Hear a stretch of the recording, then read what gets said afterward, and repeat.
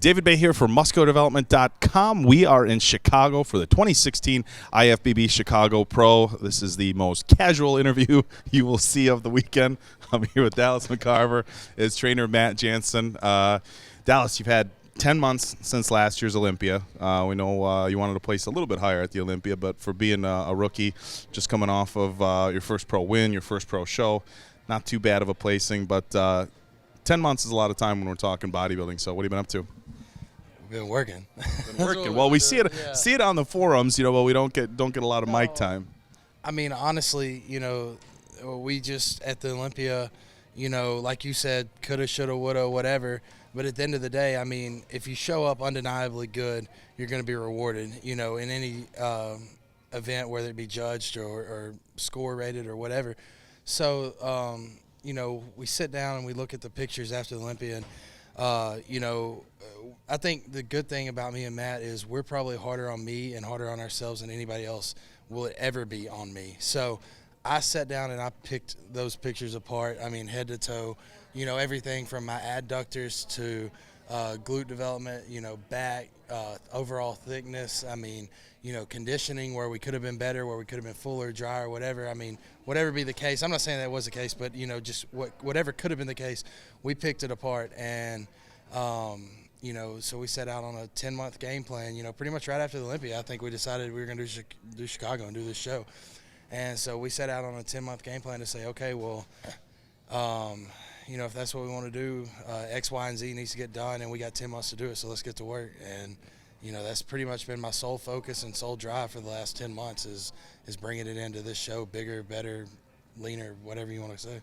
All right. Now, Matt, bodybuilding, fitness as a whole, one of those industries where it seems like you'll have, 1,000 people around you, 999 of them aren't telling you how great you look and you got this and it's all yours. He brings up a good point that you have to have at least a couple of people or at least one person who's going to be realistic with you, be hard on you, tell you how it is. And obviously with somebody at Dallas's level, I'm sure at the gym and everywhere else, everybody tells him he's exactly where he needs to be. As his trainer, when you looked at him at the Olympia and said, he brought up adductors, but when you looked at him total package, what jumped out to you as the things you really needed to focus on for this year? Main thing, two biggest things were his quads, and then his back development, top to bottom. It's I actually have his picture of his rear relaxed in the comparison group as my screensaver on my computer. So that's just kind of been the focal point of this whole entire offseason is just more depth through the back. Obviously he has the width, but we just had to fill it out. So that's really what we focused on. In quads, I'm really, really excited for you guys to see his legs tomorrow. I mean, we've had a lot of fun training.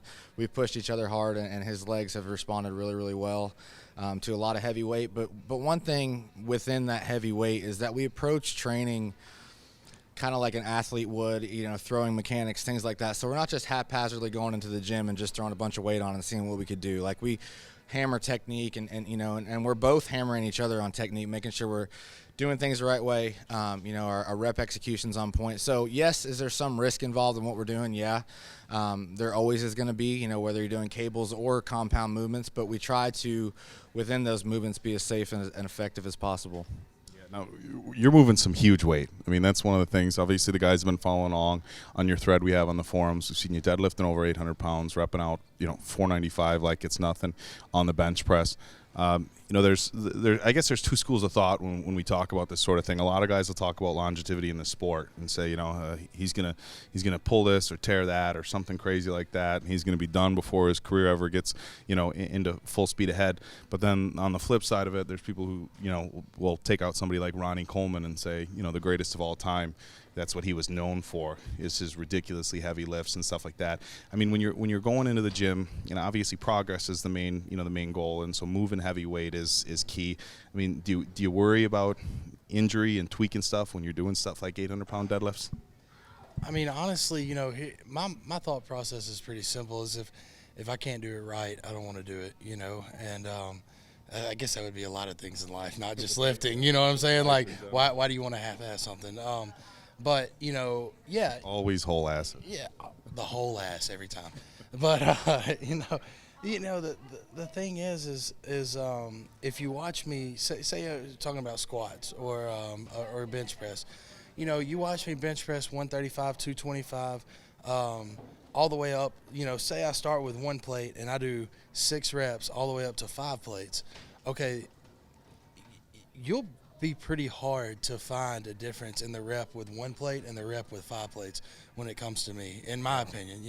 And that's due to him. That's something that from day one, he stripped me down on every lift. We're doing a plate, start with a plate on everything, or the bar, and I'm going to watch you do it. And once you can do 1 plate, you can do 2. And once you can, it's like some Mr. Miyagi shit, it's like, wax on, and then he just beat it into me. And luckily it's responded, my body and mentally I've responded to the training style. And it's just, like I said, I mean, if I can do it right, I'm going to do it. And I'm not going to shy away from advancement just because it's a number that somebody else feels uncomfortable with. I'm not somebody else. Just because you think you would get hurt deadlifting this or benching this or squatting this doesn't mean that I will. And I'm not saying I never will. I could blow my quad out tomorrow and be done forever, and that's just the way it goes. But, at the end of the day, if I have an injury to myself that ends all of this, and I'm laying in my bed, and done with all this and in a hospital bed or whatever, if I can look at myself and honestly say, hey, I blew it doing everything I could in my power to go where I wanted to go, I can sleep with that. What I can't sleep with is doing this for 20 years half-assed, never getting to where I want to be, and dying old, just going, man, what if I would actually push myself? Yeah, what could have been. I can't live with. So, and you mentioned, the greatest of all time, you said Ronnie, and he's somebody that pushes us. He's somebody that has a direct or indirect influence in our training, because of what he did and because of the package that he brought. And that's something that we really, really respect.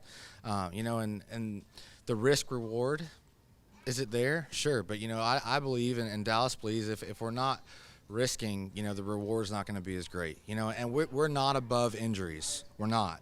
We both have been injured, and we're not egotistical in what we're doing, but we're just having fun, and we're pushing ourselves, safely. I think that's the biggest thing too, is just making sure that we're responsible in the poundages that we're moving.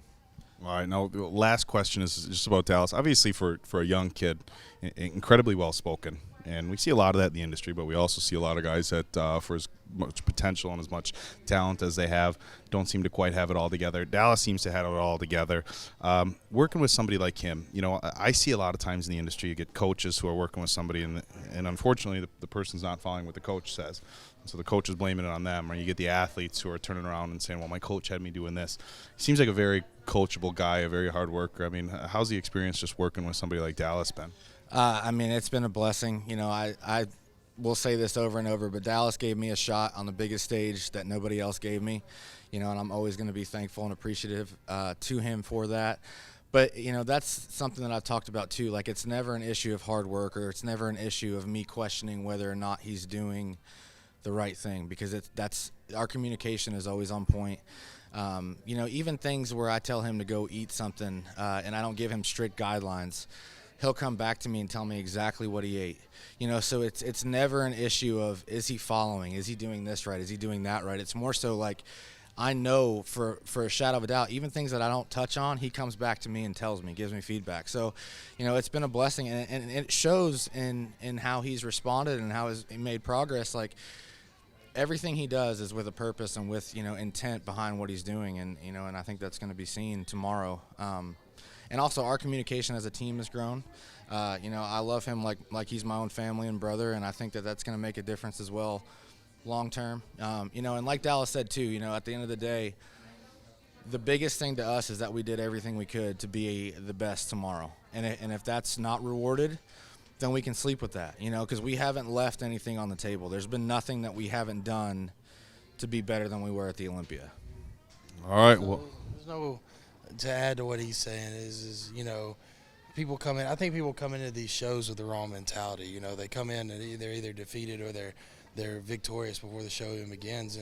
And I mean, I think in the reality of it, there's no shame in losing at anything. There's the only shame in it is losing because you gave a subpar effort or anything less than the best effort you had. So that's one thing that I'm just very appreciative of us being on the same level on is that mentality right there. And I think that's what drives us forward as a team.